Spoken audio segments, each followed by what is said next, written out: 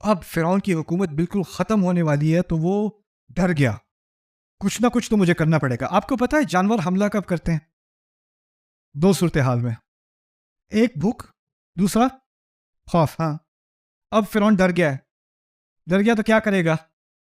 हमला करेगा। अब फ़िरौन कहता है, लइन इत्तख़ज़्त इलाहन गैरी लअजअलन्नक मिनल मस्जूनीन, अगर तूने मेरे सिवा किसी और को इलाह माना तो मैं तुझे उन सब के साथ डाल दूंगा जो पहले ही जेल में पड़े हुए हैं। जिसको धमकी देनी पड़े ना, उसने शिकस्त का इतराफ़ कर लिया है।